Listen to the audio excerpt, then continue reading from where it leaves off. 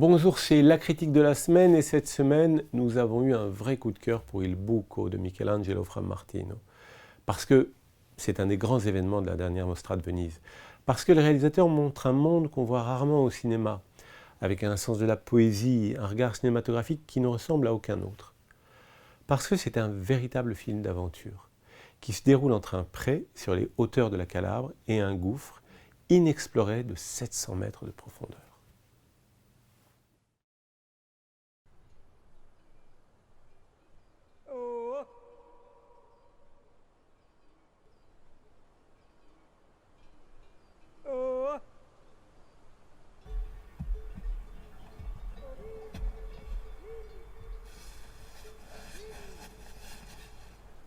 En 1961, un groupe de spéléologues venus du nord de l'Italie est allé jusqu'en Calabre pour explorer dans la commune de Bifurto une des fosses les plus profondes du monde, que personne n'avait encore visitée.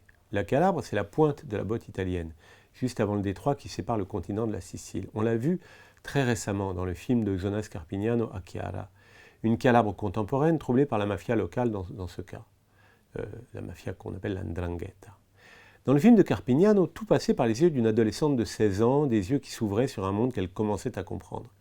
Et qu'elle commençait à comprendre dans la douleur.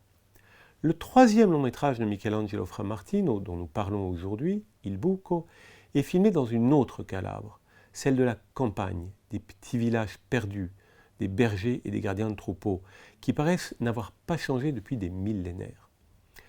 Celui qui introduit l'histoire dans le film de Frammartino n'est pas une adolescente à ses débuts dans la vie, c'est au contraire un vieil homme qui garde ses vaches dans le champ où se trouve l'entrée du gouffre.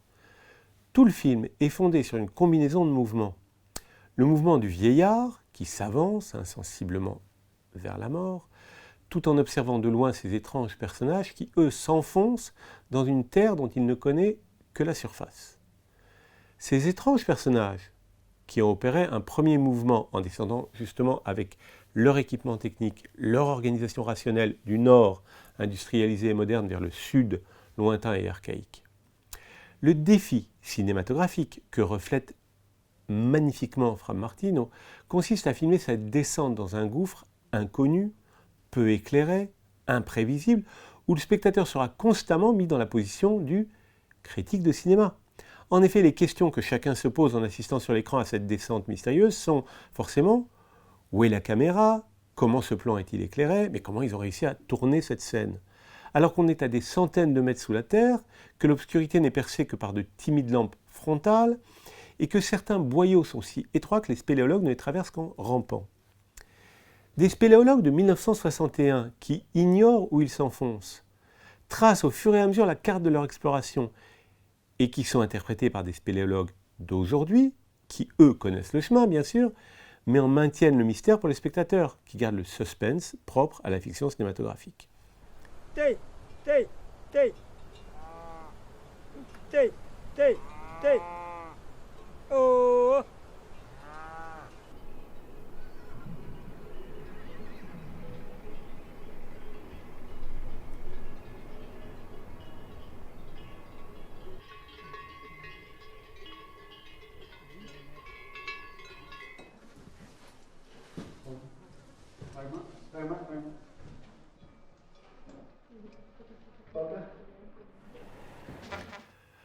Le réalisateur a la finesse de compliquer encore cette série de déplacements en introduisant rapidement son film par un reportage télévisé contemporain de l'aventure, donc des années 60, un reportage qui montre le journaliste monté par l'extérieur le long d'un gratte-ciel ultra futuriste, de verre et de métal, où les reflets, la lumière, les lignes même sont exactement à l'opposé de tout ce qu'on verra dans la suite du film.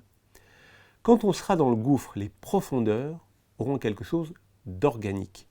On aura l'impression que les aventuriers visitent l'intérieur d'un corps humain.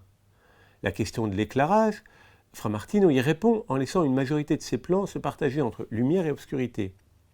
Le rectangle traditionnel de l'écran devient alors le lieu d'un mouvement permanent entre la nuit et l'illumination, tandis qu'à chaque fois qu'on remonte à la surface, on retrouve l'éclairage du soleil imposant de la Méditerranée, même si le réalisateur n'oublie pas jamais de se servir des nuages, du brouillard, des changements quotidiens de l'apparence du monde. Il n'y a pas un plan gratuit ou superflu dans ce film extraordinaire. On verra.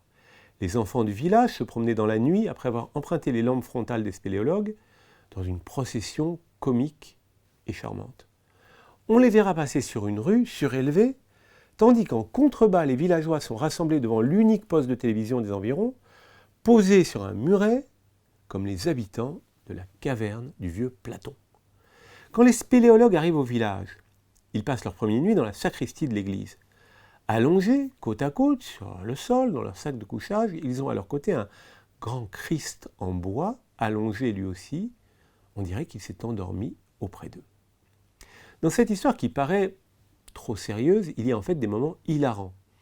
Intervention incongrue de Richard Nixon, de John Kennedy, de Sophia Loren, une partie périlleuse de ballons autour du gouffre, la conclusion de l'exploration avec un geste presque trivial d'une des membres de l'équipe, le regard attentif des vaches et de quelques chevaux sur cette bizarre agitation.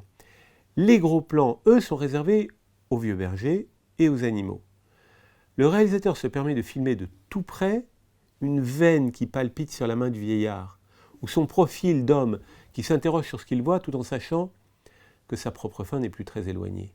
Mais il n'y a presque jamais de gros plans sur les spéléologues eux-mêmes, qu'on ne voit que dans leurs mouvements généraux à l'intérieur et à l'extérieur du gouffre. Ajoutons que le film est sans parole, ou presque, et pourtant extrêmement sonore. Les mouvements des bêtes, du vent, les bruits des gouttes d'eau sur les roches, les onomatopées du vieil homme pour appeler ses animaux, les paroles sont inutiles pour le cinéaste Fra Martino qui a assez à faire avec les sons naturels.